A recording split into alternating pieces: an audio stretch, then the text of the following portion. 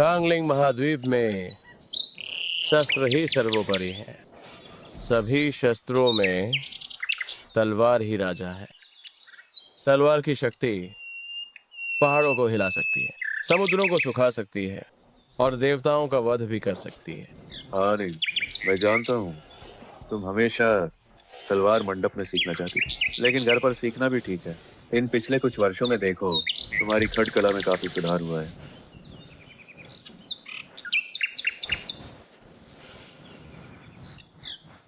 निया निया, अपनी माँ को देखो, उनकी खड्ग कला और भी निखर गई है।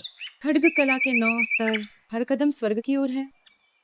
अभी मैं सिर्फ तीसरे स्तर का महान तलवार गुरु हूँ और आगे बढ़ने के लिए सिर्फ कड़ी मेहनत करना काफी नहीं है, किसी गुरु का मार्गदर्शन जरूरी है। लेकिन ठीक है, क्योंकि ये आने तुम्हारा फैसला है, तो मैं तुम्हें नहीं रोकूंगा। तुम वापस कब आओगी? 6 साल, ज्यादा से ज्यादा 6 साल में मैं वापस आ जाऊंगी।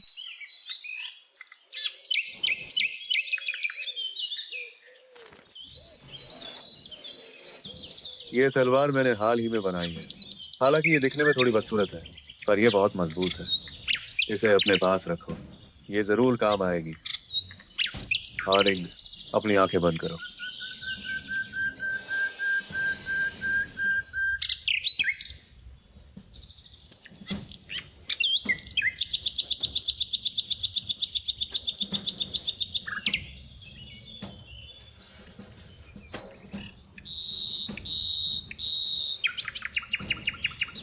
ये मेरा सप्त द्वार शुद्ध अंतर्मन है। मैं तलवारबाजी नहीं करता। उम्मीद है कि ये आर्निंग के काम आएगा।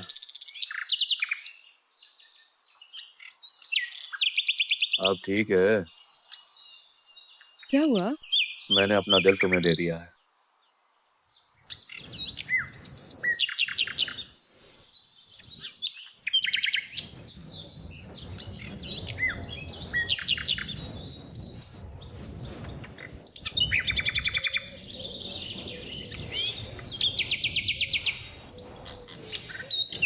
पिताजी, क्या कोई नई तलवार बनी है? पिताजी, मुझे ऐसा लगता है कि यह मुझे पसंद करती है। निया निया, इस तलवार में चेतना आ गई। तुम्हारी जन्मजात खड्ग काया है, इसलिए ये तुम्हारे करीब है। और पिताजी का क्या? जब निया निया इतनी महान है, तो पिताजी और भी महान होंगे। पिताजी तो बस एक साधारण से लोहार हैं। तुम्हारी माँ सबसे महान है। माँ कब वापस आएंगी? मैंने तो माँ को देखा भी नहीं। 6 साल हो गए। वादे के मुताबिक उसे आज वापस आना चाहिए। क्या कोई है?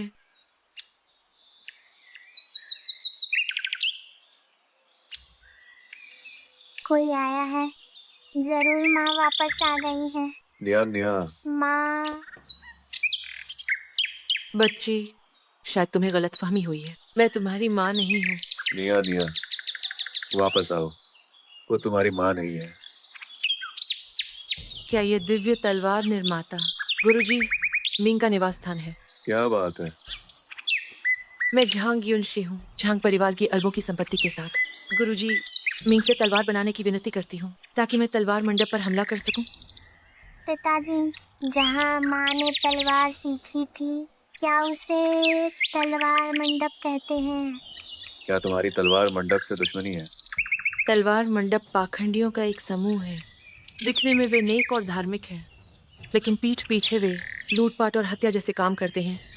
प्रसिद्ध तलवारें छीनने के लिए उन्होंने मेरे झांग परिवार को मार डाला। मैं इन दुनियादारी के झगड़ों में नहीं पड़ना चाहता। और एक बात, सुश्री युनशी, शायद आपको गलतफहमी हुई है।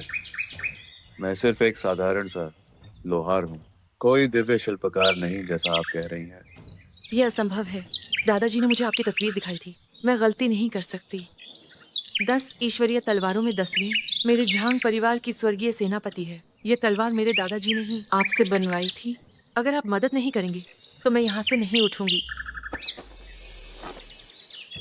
पिताजी, कृपया इस दीदी की मदद कर दीजिए। ये दीदी बहुत बेबस लग रही हैं।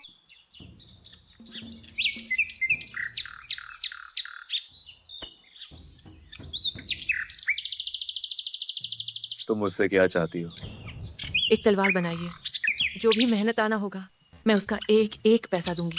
3 दिन बाद तलवार मंडप की बड़ी शिष्या मेंगनिंग और युवा स्वामी की त्यान की शादी है। तलवार मंडलाध्यक्ष माहौल बनाएंगे और खुद महान शस्त्र सभा की अध्यक्षता करेंगे। मैं उस मौके का फायदा उठाकर हमला करूंगी और उनका असली चेहरा बेनकाब करूंगी। मेंगनिंग, क्या तुम कह रही हो? मेंगनिंग तलवार मंडप के युवा स्वामी से शादी कर रही है। गुरुजी मेंग, क्या आप मेंगनिंग को जानते हैं? वो 6 साल पहले तलवार मंडप में आई थी। मंडलाध्यक्ष ने उसे अपनी मुख्य शिष्या बनाया। सिर्फ कुछ ही सालों में वह तलवार मंडप की सबसे बड़ी शिष्या बन गई और अब वह युवा स्वामी से शादी करने वाली है और तलवार मंडप की युवा मालकिन बनेगी। क्या? पिताजी, क्या मेंगनिंग माँ का नाम नहीं है? माँ किसी और से शादी क्यों कर रही है? क्या तुम सच कह रही हो? बिल्कुल सच है। मैंने सोचा था कि उनकी शादी के दिन वहाँ तबाही मचा दूंगी, लेकिन मेरे पास जांग परिवार की ईश्वरीय तलवार नहीं है। मेरी ताकत अब पहले जैसी नहीं रही। छठे स्तर का तलवार पूज्य होने के नाते भले ही तुम्हारे पास ईश्वरीय तलवार हो, वहां जाना मौत को बुलावा देना है। वैसे भी मेरा अब तलवारें बनाने का मन नहीं है। अगर गुरुजी मेंग मदद नहीं करना चाहते तो मैं और परेशान नहीं करूंगी। लेकिन तुम्हारे लिए कुछ हथियार यहाँ जरूर हैं।